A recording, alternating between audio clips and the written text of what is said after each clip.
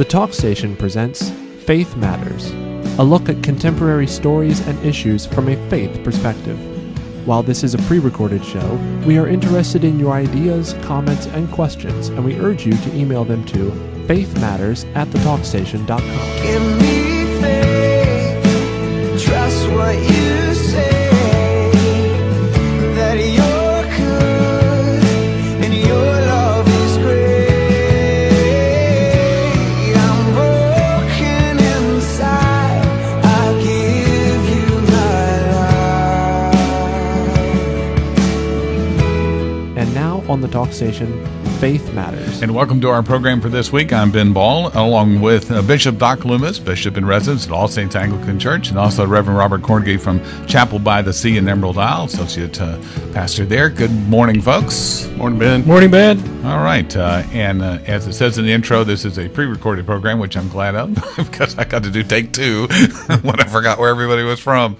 All right. Let's talk today. I want to just start with a local issue, something that has been, and the reason we bring it up here is because there are a number of church audiences that have already heard some of the things that are going on, and people in our churches are talking about this all the time.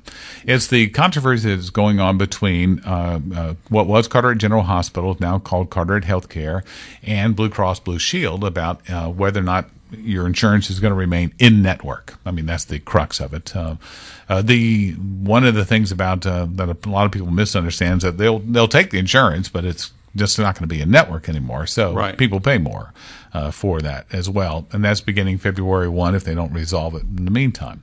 But let's talk about why this is of interest in our churches. And I find it interesting that it's of interest. You would think maybe with more elderly populations, but it's not. It's across the board. We've had these discussions. So it's like every Sunday school class since the controversy broke out has had somebody who's brought it up. Just about every meeting and every group has. Robert, why is this seem to be such a hot topic in conversation, do you think? Well, for churches, hospitals are very important places. It's like next of kin, you know? Yeah, exactly. I mean, they're kind of in the family of the ecclesiastical family, if you will. I mean, the first hospitals were faith-based. Sure. Yeah. Missions, and many to the are poor. still. Yeah, it's exactly right. So there's always been this strong connection, and there's a chaplaincy program at the hospital. Ken Turner is the chaplain over there, and He's been on this program a number of times. Yeah, doing a great job, and so there's a real link, and he works real hard at trying to keep the pastors updated on what's going on, and has regular breakfasts over there for that kind of thing. So, but when you're in the hospital, that's often a real teachable moment for people, and so we need to have the fact that we have a local hospital of the caliber that we have, and I know there's much debate often about that, but it really is a phenomenal facility over there. It's the second largest employer in this area. Right. I mean, the base being the largest, the hospital is right after that. There are well over 1,000 people working over there. So it's a significant institution in our communities. And it's an institution in our community, but Blue Cross Blue Shield is a state institution. Correct. It's a national institution, really. But there's Blue Cross Blue Shield of North Carolina, which has been a huge thing for decades here. I mean, I go back to you can go back to earlier versions of it as well, and how they grew in the Research Triangle Park, and how Blue Cross Blue Shield became the dominant system for health as a health insurer.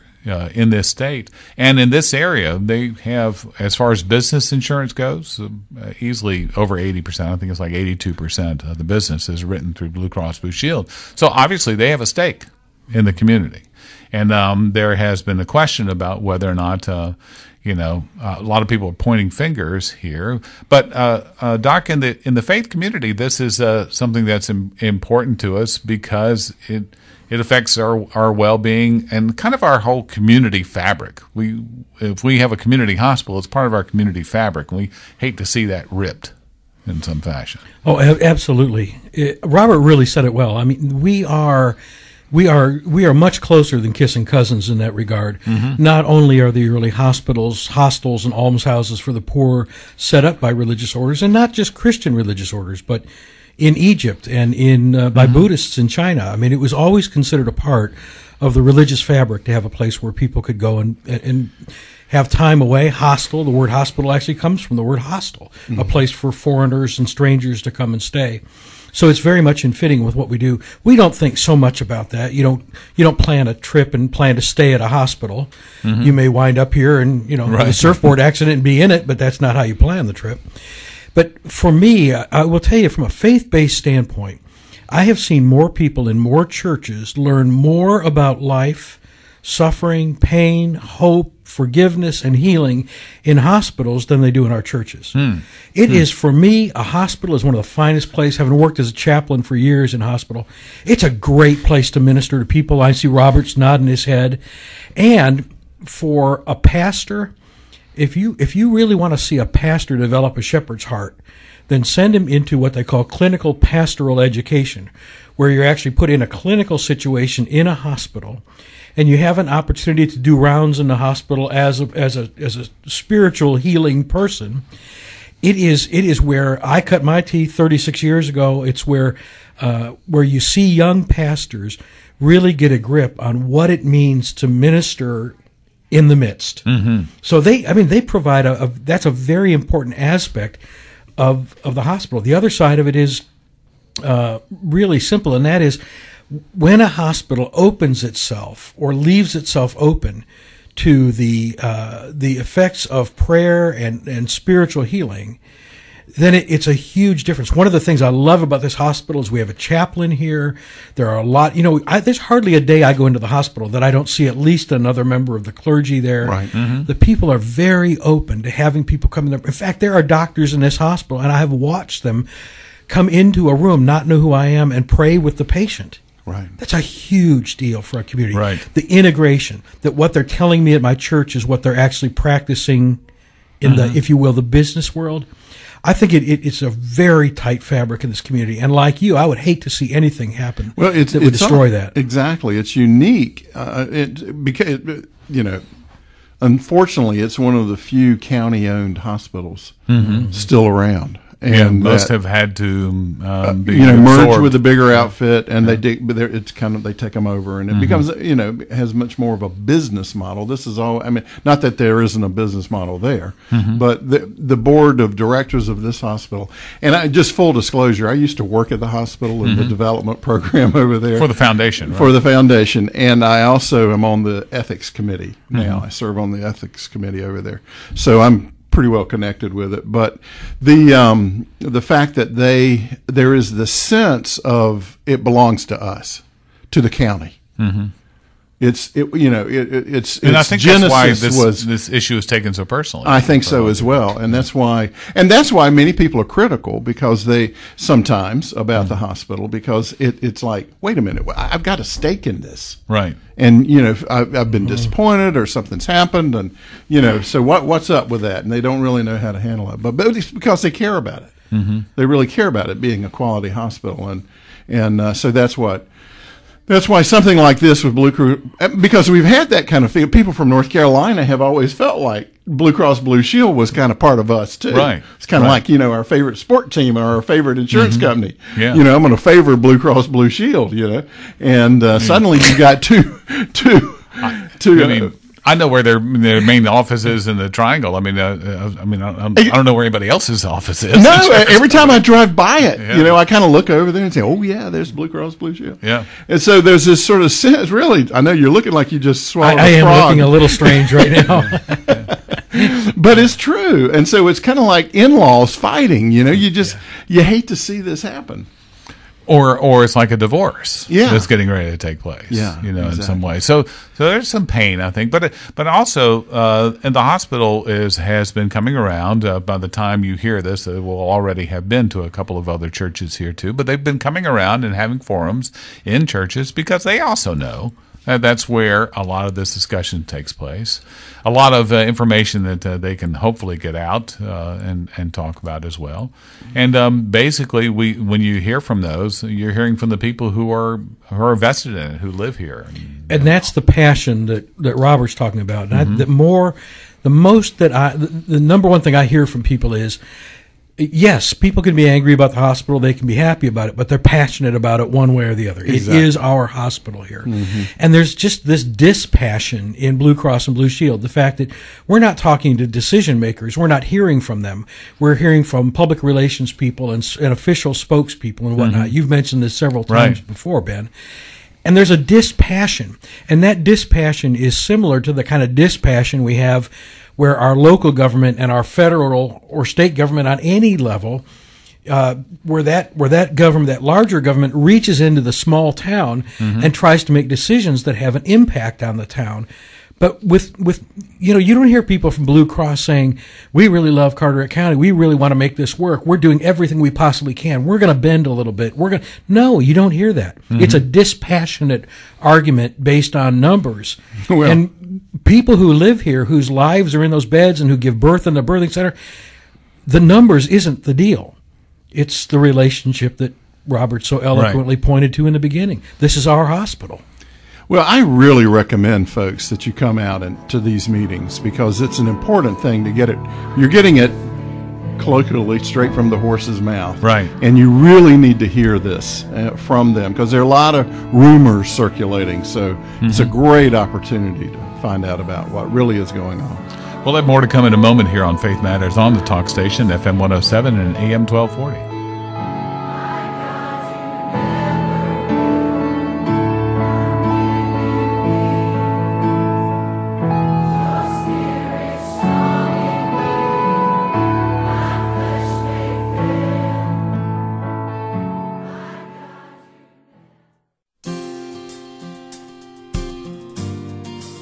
And welcome back to Faith Matters here on the talk station, FM 107 and AM 1240. I'm Ben Ball with Reverend Robert Corrigan and Bishop Doc Loomis.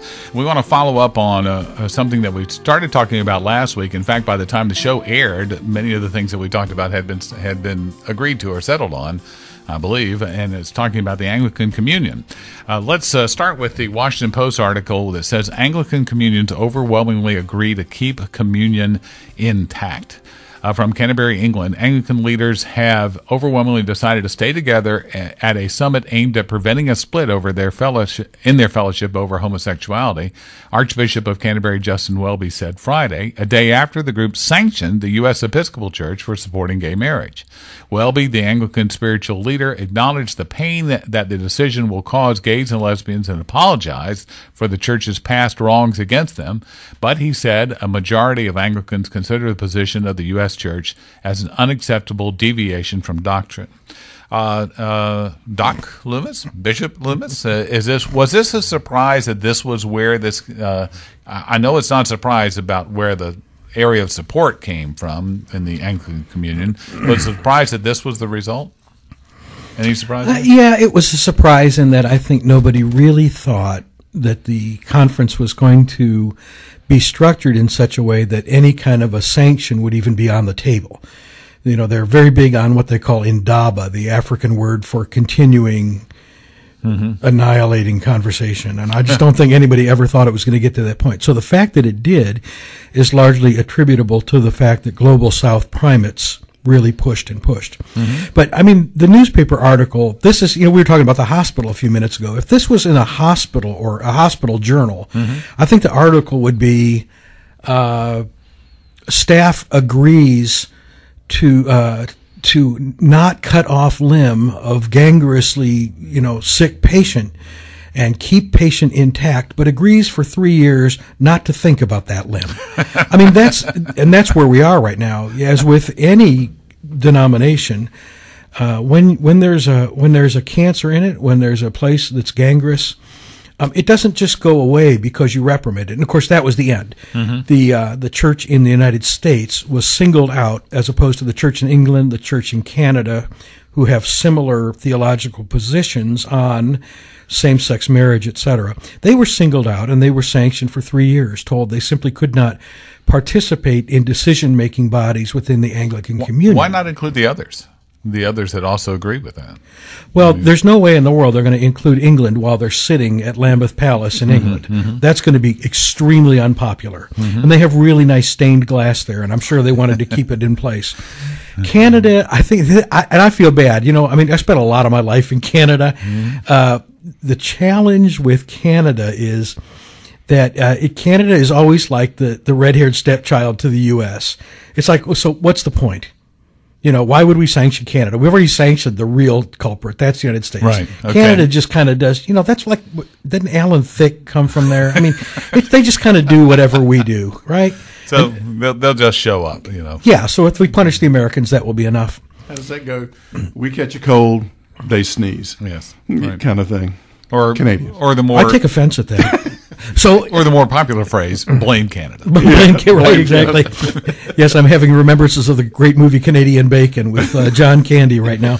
So we have a situation where the church has been banned from participation, but as we talked about a week or two ago, there are a couple of instruments of unity, they're called in Anglicanism, and that includes this meeting of the primates or the metropolitans of the church that just met, the meeting of all the bishops that happens every 10 years, the Anglican or the Archbishop of Canterbury, who we've heard from this week, Justin Welby, and then of course the Anglican Consultative Council. Now that's actually the theological decision-making body. That is a mixed body of lay and clergy of various stripes and backgrounds. And does this sanction exclude the U.S. from that body? There's an argument about whether it does, whether the primates actually even have the authority to sanction any member of that body. My guess is, based on what I've read from the American church, they're just going to crash those meetings anyway and show up with their lawyers and doctors of theology and be as much a part of it. So this is again, this is something, Robert, I think that a lot of us who are not in that communion maybe don't understand as well. So it's helpful to go through some of these mechanisms here. But the upshot is that it is the Southern Church, the African Church, and that's also true in Methodism, that is really ruling this, that is governing this and driving this factor here. We talked about that last time, that paradox that, the Western Church, the Northern Church in the new parlance, the Northern Church went to the Southern Church, trained them, and now the Southern Church is holding the Northern Church accountable to the teachings that they made them endure. And it's they actually have held to a lot of the stuff that the protesting churches that we're all a part of. We're doing what we do. We protest, and when we see these kinds of dichotomies in theology, so yeah, it's fascinating to watch it. And the sad thing is, we all have friends that are going to be somewhat affected by this. We're seeing kind of on the big picture side of it that a lot of the established, these were the bedrock churches of America. Are wavering in, they're coming under splitting and having all kinds of issues. And I got to say, that's where the conversation becomes really interesting, because one of the things that comes up among Anglicans, and the reason this actually does matter to the Presbyterians and the Lutherans and the Methodists, is that there's a conversation occurring about what does it mean to be in communion. That is, what does it mean to be? Are Anglicans an institution? Or are Anglicans a family? So think about this in terms of your own family. You have a daughter who's an alcoholic. You have a son who decides that he's bisexual or gay. What does the relationship look like going forward? Do you cut them off and send them out? Or do you have some kind of a relationship that says, look, I don't agree with this position, but I love you? And this is an interesting thing, because this is where the church is coming to. We're confronting familial issues, not just heresy, but actual familial issues that are causing us to look, as they did with divorce, as they did with women in ministry. So the same-sex argument is a familial issue. So these African primates would love nothing more than to cut off the gangrenous limb. That's what they want. They want to be out of communion. Most of their groups have voted to be out of communion. And yet the argument is, yeah, but you wouldn't do that to your own child. We're a family. We need to find a way to go forward and be together. So the headline... So is there a tough love for this in the family? This is a very pathetic attempt at tough love, but it's a first step. Mm-hmm. So I'll go with that. I know as a parent who has had to go through tough love with an alcoholic child, the first thing I did wasn't the toughest thing I did. I got a little tougher as time went on. Maybe it's a good first step and things will get tougher. Or maybe it's really an insignificant step and nothing will happen. Only time will tell. Now, as far as what is at stake here as well, let's follow the money. You mentioned this before. I think maybe it was in breaks, but we were talking about how the Western Church and the Northern Church has supported much of this of the church that is now brought this measure forward. Is that going to get cut off? In many ways, it has. I know that for churches that I'm familiar with, I'm a bishop from Rwanda. Bishops, we all draw our support from the province that we're from, but that province was funded largely by the Western Church. Mm-hmm.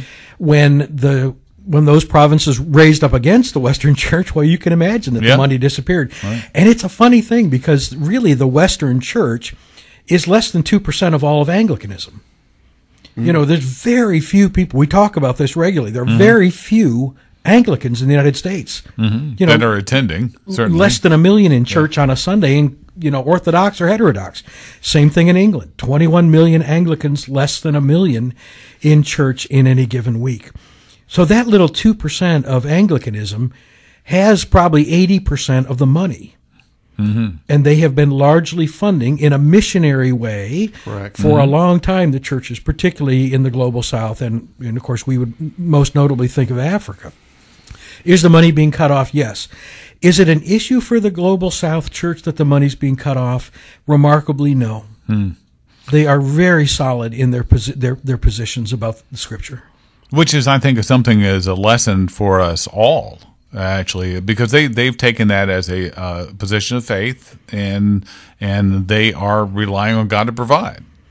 And I think their feeling is when it's an issue of faith or institution, or when it's an issue of good theology and institution, good theology wins every time. Mm-hmm. When it's an issue of good theology and money, good theology wins every time. And even in the case of the argument about family, when it's a matter of good theology or family, good theology wins.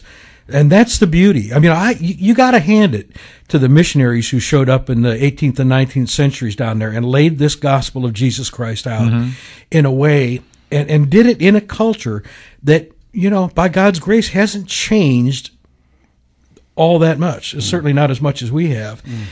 And that gospel has taken root in a very different way than the Protestant gospel did when it came to this country, through the Enlightenment and through the democracy that is us. It's actually flourished down there in the autocracies and the oligarchies and the dictatorships in ways it really hasn't here. Well, in ways similar to how the first century church was spread among people that were under the thumb of other oppressions. Well, absolutely. So, The other day was St. Fabian's Day, the one of the first bishops of Rome. He was under Decius in the 3rd century. He was martyred, and then the entire flock behind him. But out of that came a church that became the Holy Roman Empire and eventually became the majority population in that whole area. Yeah. Okay, we'll have more to come in a moment here on Faith Matters on the Talk Station.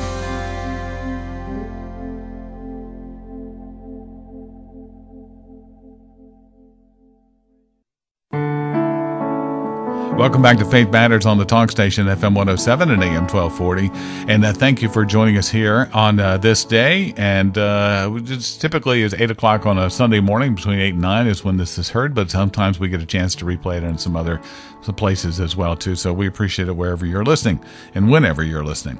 I'm Ben Ball, along with Reverend Robert Cornigan and Bishop Doc Loomis. And we want to talk a little bit about the state of the church in some parts of the world that it's very tough for the Christian church to flourish. Yet we are seeing some evidence of Christians coming to faith in some very difficult situations. But in this is actually from a CNN article that's been quoted and requoted in a couple of different places about a group called Open Doors USA. Last year was the most violent for Christians in modern history, rising to, quote, a level akin to ethnic cleansing, according to a new report by Open Doors USA, a watchdog group that advocates for Christians. In total, the survey found that more than 7,100 Christians were killed in 2015 for faith-related reasons, up 3,000 from the previous year, according to the group's analysis of media reports and other public information, as well as the external experts. Open Doors report is independently audited by the International Institute of Religious Freedom. Open Doors USA is an organization that works with Christians worldwide to equip and encourage those living under persecution, while also helping churches in America advocate for the persecuted around the world. It's a stark report that also speaks of beheadings. It talks about different ways, just everything from the beheadings at one end to imprisonment and torture, rape, loss of the home and assets, loss of a job, or even just rejection, just kicking them out of the community. Banishment as well, too. This kind of persecution is certainly nothing new. Doc, you were just talking about early church in Rome. And some persecution there. We were talking about the Emperor Odysseus in the 3rd century, wiping out Christians, beginning with the Bishop of Rome, Fabian. Exactly. So no, that's absolutely nothing new. It was not new to the children of Israel. The idea of being wiped out, taken into Babylonian captivity in the 5th century. This has been a part of believers since the earliest days. In fact, every faith group has their stories of persecution, too, of being at some point a threat to something else in power. So that's not unusual. Yeah, I mean, we define it as Christian. What we're talking about here, Christian persecution, but religious persecution is knows no one's exempt no boundary from there. that. Yeah. And so it is a startling thing. However, with our 24/7 news coverage now, and particularly with the conflicts in the Middle East, we're seeing that there is. We talked about years ago when in the missions context that there was a thing called the 1040 window, and the 1040 window runs, and that's basically runs right through the Middle East and out into Asia and that area and northern Africa. And with exceptions, that is where the majority of the persecution, religious persecution, takes place. And now we're seeing that has pretty much exploded in particular regions of the Middle East, at least. David Curry, who's the president and CEO of Open Doors, spoke to the National Press Club, and in that talked about the list of the top 50 countries where this takes place. And number 1 on the list is North Korea, actually, by the way. But number 2 on that list is Iraq. Number 5 is Syria. And those are both, as the article goes on to say from CNN, is that the epicenter of ISIS' so-called caliphate. And Afghanistan, Pakistan, Iran, and Libya all in the top 10 as well, too, as far as having elements of Islamic extremism that is particularly targets Christians. They also target others, but particularly targets Christians in those groups as well, too. So what are we? I mean, the Open Doors obviously advocates for American churches to be involved in this, in uprising or to at least voice not only concern but also support for those who are being persecuted. What are we to do in our various hometown churches? How do we respond to this? Well, I think from a hands-on standpoint, I served on the board and have tremendous friends at True Justice International in New Bern. And I'm sure you know Sarah and the gang up there. And, they're actually doing the kinds of things the church needs to do. You look at what religious persecution looks like. In other words, what's the result of it? Well, yes, there are murders. And yes, beheadings. And yes, there are people being sold into sexual slavery. There are people being raped. There are people being dispossessed of their homes, forced to flee their countries, like in Syria. And one of the things we have to do is we have to make sure that we're actually rescuing those who have been offended, those who have been displaced and dispossessed. So what groups like True Justice do is they're actually out there trying to spread the word about what sexual slavery looks like, what it looks like in this country. You know, a lot of these refugees are being sold. Boko Haram in Nigeria, they're actually picking up young women and then selling them into sexual slavery. They've raided schools and taken whole populations specifically out. for that. Yeah. That's Right. So what does that look like, and what do we do about that? And how do we let American people know that this kind of slavery is really a deal? That's a big thing that church can be involved in. But also just providing the kind of humanitarian and financial aid that's needed. One of the challenges we have right now is while we're looking at Middle Eastern Muslim countries as the kind of epicenter, if you will, numbers 2 through 9, from there through North Africa, of all this Christian persecution, that then when we see a Syrian refugee, we say, oh my gosh, they're coming to kill us. They're just leaving their country to start, a new caliphate somewhere else. But the reality is these people are largely being displaced from their homes, and they need our help. They do not need our judgment at this point. They're being sent out of their homes largely by the Muslim militants. Yeah, but isn't there still a question, though, that there are some others who were involved in that in the Paris attacks? I mean, there were Syrian passports that were found there. There's questions about whether or not some of these people are truly being displaced. So the vetting process has to be pretty good. Well, if you read Curry's articles, the things he writes on the Open Door website, which I really exhort you to look at it. It's great stuff. There are articles about what a typical day in the life of a pastor in Syria is. And it's typically a conversation with a family. The husband of the family is getting ready to leave to try and get smuggled out of the country to get somewhere into Europe, perhaps Germany, where he can then call back and get his family to come. Yeah, I know it's a lot of men going across the border. And yes, anytime there's a mass exodus, you're going to have terrorists go with the group. But you still have to be able to provide humanitarian. We're actually called to provide that support. We're actually called to give people if a man asks for a cloak, give him 2. And there are people in that group that really need our help, and the church can do that. I'll let the government worry about who they're going to let into my country, but I can still do something to support that man and his family who have lost their house, lost their land, and lost their job. That, as a Christian person, I'm called to do that regardless of who he is. A lot of churches have this is a new issue to them, because we tend to look to other areas, and we really don't know how to handle this in many ways. Many churches have a long history. Yeah, well, most of our missionary kind of work has been output. We go to them, that's right. And so, how do we shelter, and is there a possibility of sheltering in a neighboring country? Because what they're trying to do is find relief from the persecution that they're under. And remember, we're talking about persecution. The biggest challenge, I think, for us in our church, what we do is we have every month, we have a special time of prayer where we pray for the persecuted church. And there are a number of ministries that we're involved with. One, Smyrna Ministries, that focuses completely on Christians in Muslim areas. And so we have a relationship with those, and in Nigeria and in other areas. So we try to bring it to the ground. We bring them in. We have them tell their stories.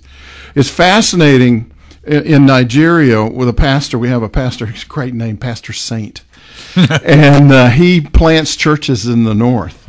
And he says, we look at persecution so differently than you do. Your idea of persecution is that we don't want to be near it. Their idea of persecution is this is what the early church went through. They experienced the persecution. And so they're almost, their position on it is that it can be a blessing. Persecution can be a blessing in their relationship with the Lord. It's a completely bizarre way of thinking for us, but they're on the ground in these areas, and they see that God is with them in these times. And so they ask us just to come alongside them, primarily in prayer and with financial assistance as well. And they're not trying to escape. They're trying to stay there and be the presence of God in those difficult circumstances. Well, that's that absolutely beautiful line in the 126th Psalm that was probably penned by Ezra right after the Babylonian captivity, where he implored the people to sow in tears so that they would reap in joy. The idea that is even in the midst of persecution, and especially in the midst of times of sorrow and tears and persecution, that's the very time you sow, because it's those seeds that the Lord blesses and grows into real joy. Absolutely. And that is, you are dead not on. That's exactly how the African church views this. Yes. Sowing tears of joy, sowing in tears and reaping in joy. Yeah, yeah. So our reaction would be, Pastor Saint, just come to America. He's saying, no, yeah. I'm staying in. I'm staying in the battle. So, yeah, we really need to learn this. This is an important message for us, the American church, if you will, to learn about how Christians respond to persecution. Well, in one aspect, I think I hear what you're saying there, is that I think Americans want to see a solution. Correct. Want to see something that ends it, instead of understanding that it's part of our history, that it's going to be there in one fashion or another. So is that am I misreading They're believing, that? I tell you, in Nigeria, the church there is believing that the Lord's going to turn Boko Haram around. That's what they're praying for. That's a hopeful That's message. what they're praying for. And a message for us all to hope for and pray for. We'll have more to come in a moment here on Faith Matters on the Talk Station, FM 107 and AM 1240.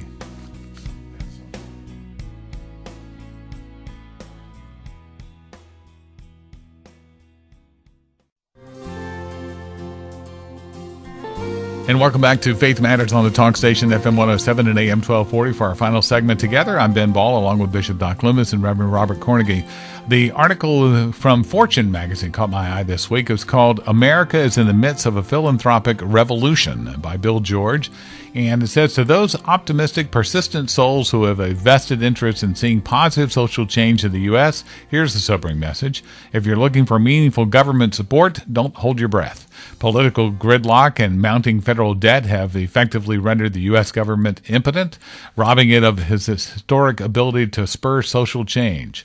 Americans give Congress a miserable 11% approval rating, and when the government does take action, it seems to bungle the job. President Obama's Affordable Care Act promised to transform health care.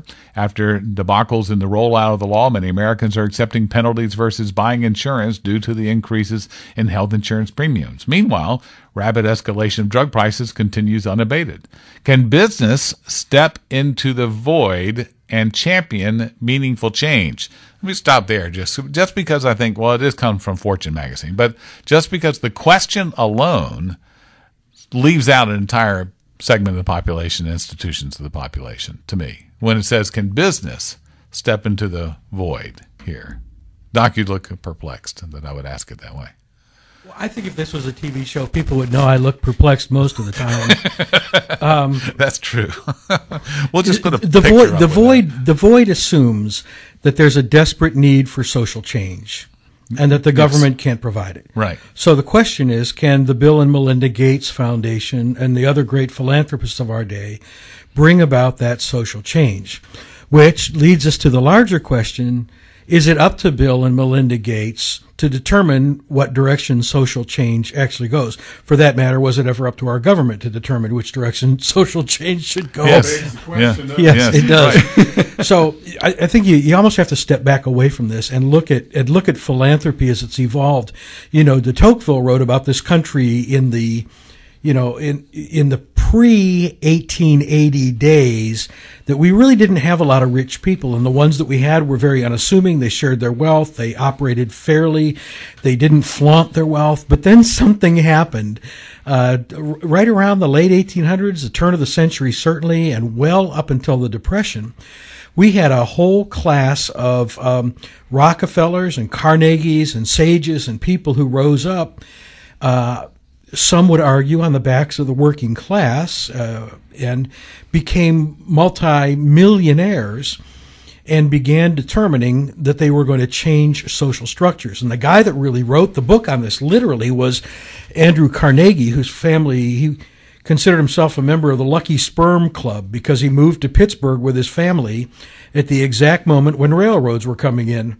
He made tons of money, on the backs of very low-paid folks. Mm-hmm. But then he wrote a book and said, he wrote a paper, and said, look, what God really intends for us to do is to take all our incredible wealth and give it away, and he did. And so you know about Carnegie Mellon and the library foundations that he brought. Yeah. And his goal was to do things that would long-term benefit people. So whether you agree with Carnegie or no, it's hard to argue that he didn't just put his money out there into a social program. He put it into social institutions and things that had standing. Well, advance to the 21st century here now, and we see Bill and Melinda Gates, who you mentioned, Zuckerberg from Facebook. You've got some others who are now starting to say that, our wealth is not just ours, and let's see if we can create some long-term good out of this, something else that would happen. But they're also gaining some critics as well. Let me see if I can find the guy's name. It's Eisinger. I'm trying to remember his first name here. But Jesse Eisinger, the New York Times, accused Zuckerberg of a public relations coup, saying we're turning into a society of oligarchs. He says here, his critics say, like Eisinger, are saying that without a touch of humility, he wrote, I might do a good job allocating $45 billion, maybe even better than Zuckerberg says there, too. Critics like Eisinger are missing a critical point, according to this article. Rather than hoarding their money or creating family dynasties as many of their predecessors did, a growing number of wealthy Americans are pledging their fortunes to benefit societies. The critics argue the allocation of these funds is the proper role of government. Instead, as Eisinger wrote, society can't rely on the beneficence and enlightenment of the super wealthy. We need to take a portion uniformly, some kind of tax on wealth. It had to get there eventually. Well, again, now listen, you don't have to be in the 21st century. That's what Carnegie said. Right. He said we should have a huge death tax. That's what he called for. And the reason he wanted them, because he said, if you don't do the right thing and give it away during your lifetime, we're going to take it all away from your heirs, because the history of the new wealthy in this country was that the money went to the heir, and then the heir spent it foolishly. Yeah, right. Wine, women, and song. And Carnegie didn't think that was appropriate. He thought it was more appropriate that we give our money to people as we receive it. But that would be a targeted tax, then. It would be a tax that would go to philanthropical purposes, not just simply a tax. Don't know? It was just designed as a scare tactic. Oh, really? I don't think he really cared where it went. It was just, it's not going to your family, so you might as well put it where you want it to go, was the argument. Yeah. That's not the critics' argument now. I mean, Eisinger is just saying a tax on wealth, period. Well, but we're seeing it even in this election. I mean, there are candidates trying to get the nomination in this election that are talking about going back to some massive tax positions to try to take that, bring that into the treasury of the government, so that the government can then, judiciously dole out those profits. Right. Now, in this article, this writer makes a point here, I think, that helps bring it home to the faith community a little bit more. It says, they ignore the reality that excessively high tax rates would shut down the incentives that have made America the world's most entrepreneurial nation, and also the most generous. Because European countries do not permit deductions for philanthropic gifts, philanthropy in those countries pales in comparison to charitable giving in America. Just to add on to that a little bit, it's not only that, but even churches have to apply for funds from the government in many European countries. And so their congregations are also denied a blessing of giving. Remember, that idea of philanthropy isn't just the idea that it's going to do something good, but it also is a good act in itself. That giving is an act that can be a blessing to the giver. Well, it's said that for every action, this is physics, there's an equal and opposite reaction. Sir Isaac. Yeah. So what happens when you do choke down, when government starts encroaching on that, what they would call disposable income, the profit of the corporation, and starts claiming that, what does the corporation do? Does the corporation stay? in that, we've seen the job flight to, first it went to Central America, South America, and now it's in Asia.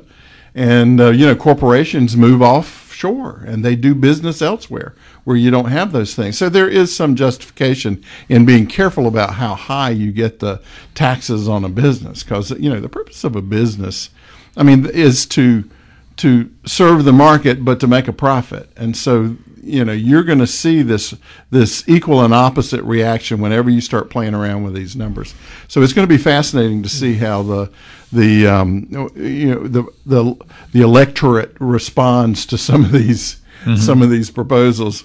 But as a church, sometimes there's nothing wrong with us joining in with philanthropic efforts that may not have started from a church and may not have had that church or a faith organization or faith-based reason. For example, Bill and Melinda Gates have been very instrumental in trying to get potable water, trying to get good water in different parts of the world. An endeavor many churches also should join in on. Yeah. It reminds me of a conversation we had, I think it was last week, about the Methodist Church and their investments in parts of Israel. Yeah. Now, if that's a choice that the Methodist Church can make and should make, that's where that choice should rest in that group. But it shouldn't be an imposition from the government saying you can't invest in this, you can't invest in that. Now, there are some places that we do block, we do stop that, where we put on the sanctions. But generally speaking, the position has been that's an individual choice of where, corporate or individual, where you want to invest your well, the question is really a question of input, and this is where I actually agree with the critics of Carnegie. There were, I can't remember, there was actually a guy that brought a lawsuit against him, but I won't remember this. But he was like a coal miner or a railroad worker or something, and he basically said Andrew Carnegie doesn't have any right to give this money away. He needs to consult those of us whose sweat and labor made him this money.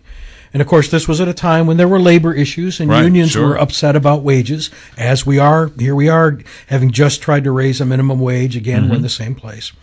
And the question is, who has the right to do it? Who has the right? If you want to give $1 million away, Bill and Melinda, or in their case, $32 billion, who gets to decide that? And those that think government should decide it are basically saying it's those that have worked that should be allowed to enter into the conversation about where that money goes. I want to thank Bishop Doc Loomis and Reverend Robert Cornegie once again for joining us on Faith Matters on the Talk Station. Hope you will join us again next week.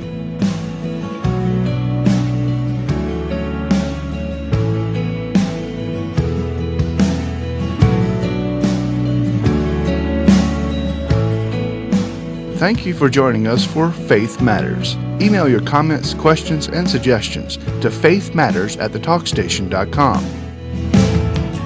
Give me faith, trust what you say, that you're good and your love is great.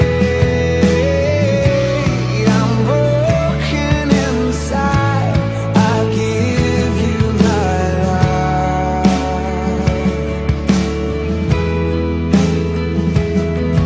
Give me faith. Faith Matters is a production of the Talk Station.